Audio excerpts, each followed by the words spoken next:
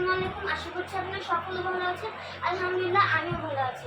তো আজকে আবারও নিয়ে এসে পড়লাম নতুন ব্লগ নিয়ে। সো গাইস, আজকে আমি নুডলস রান্না করবো। সো আপনারা দেখতে থাকুন আমি কিভাবে নুডলস রান্না করি। তো গাইস, আমার আজকে ফার্স্ট টাইম আমি নুডলস রান্না করতে চলেছি। তো আমি জানি না নুডলসটা খেতে কেমন হবে না হবে।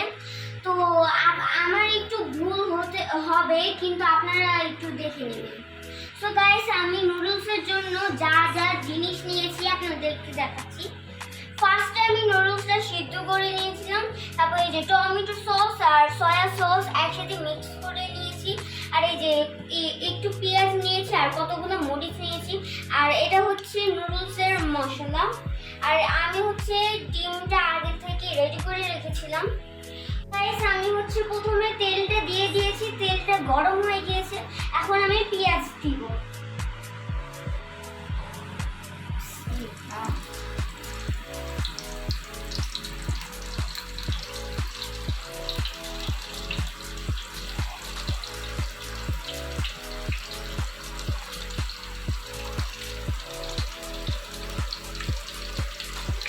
তো গাইস, আমি পেঁয়াজটা দিয়ে দিয়েছি। এখন আমি কিছুক্ষণ নাড়াবো।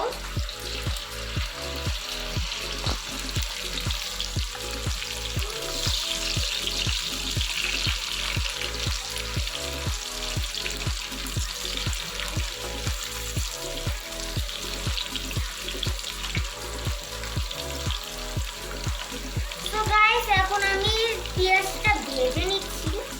তারপর একটু পরে আমি আবার ডিমটা দিয়ে দিই। গাইস, যখন আমাদের একটা কালার আসবে তারপর আমরা আমাদের ডিমটা দিয়ে দিতে হবে।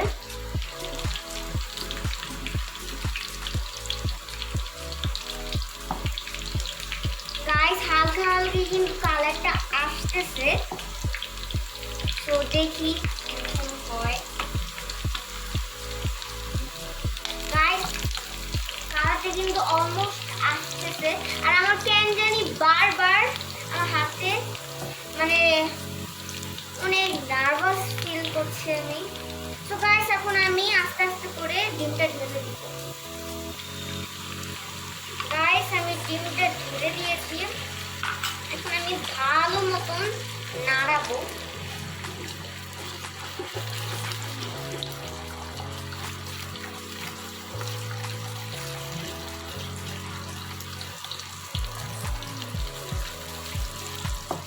তো গাইস, আমি আবার একটু পরে কন্টিনিউ করতেছি।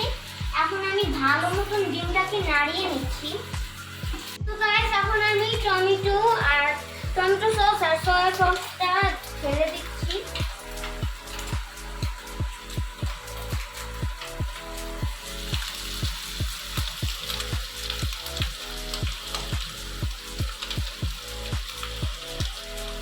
এখন গাইস, আমি আবার একটু নাড়িয়ে নিব।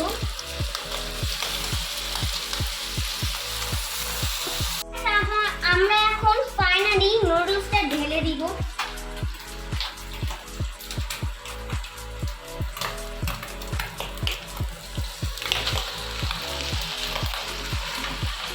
এখন আমরা কাঁচা মরিচ আর মশলাটা একসাথে ঢেলে দিব।